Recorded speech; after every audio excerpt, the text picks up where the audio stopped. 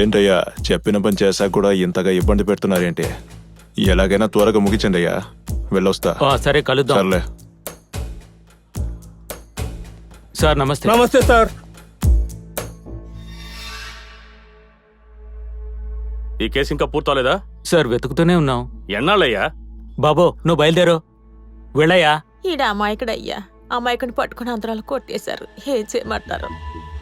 ఆ తర్వాతే mental hospital నుంచి తప్పించుకున్న నన్ను పోలీసులు వెతుకుతున్నారని తెలిసిందే. అన్నా ఫోన్ తీయడానికి ఇంతసేపు ఏంటి? ముందు మ్యాటర్ చెప్పరా. డబ్బగాడిలో ఒక అసైన్మెంట్ చేశాం కదా, ఆ అమ్మాయి ఫోటో పెట్టుకుని స్టేషన్లో ఒకడు కూర్చోన్నాడు. ఏ అమ్మాయిరా? అదేరా, విజయనగర్కి పక్క వీధి డిఎస్పీ పురుషోత్తం చెప్పి చేశాం కదా, ఆ అమ్మాయి ఫోటో పెట్టుకుని కూర్చోన్నాడు. చూసి జాగ్రత్త ఉండు.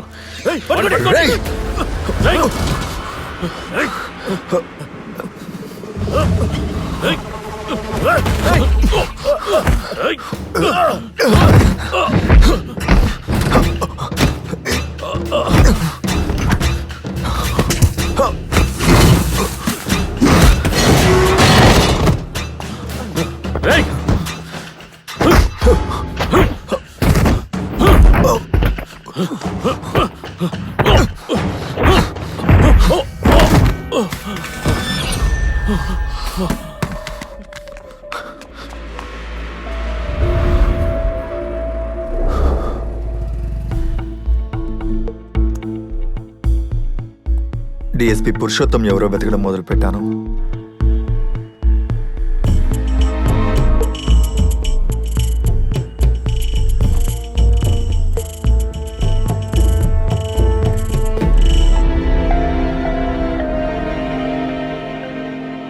లోపలికి వచ్చారంటే అప్పుడు చెప్తాను మీ సంగతి.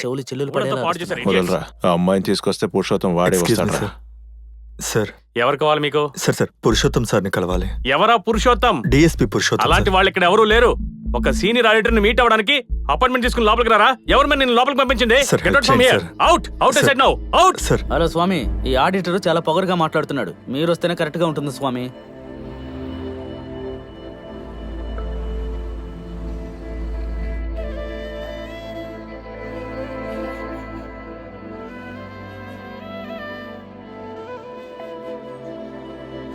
చూడలేదండి. తెలీదండి. లేదమ్మా, నేను చూడలేదు. ఎక్కడా చూడలేదు సార్. చూడలేదు. చూడలేదు. తెలీదండి. చూడలేదు.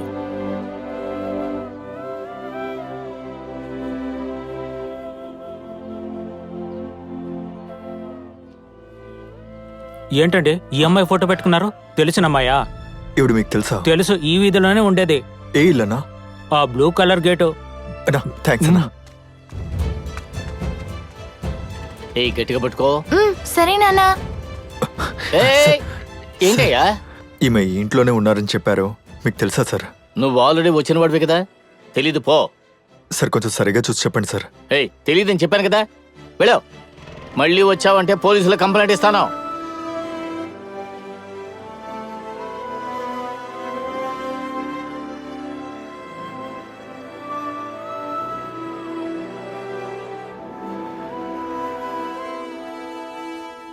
పురుషోత్తం గారు భార్య పిల్లడికి ఆయన ఎక్కడున్నాడో తెలీదు. ఆయన డ్రైవర్ నాకెలా తెలుస్తుంది? ఇప్పుడే ఎవరో పురుషోత్తం గారి కూతురు కోసం వచ్చారు. అదిగో వాళ్లే. అన్నా థ్యాంక్స్ అన్నా.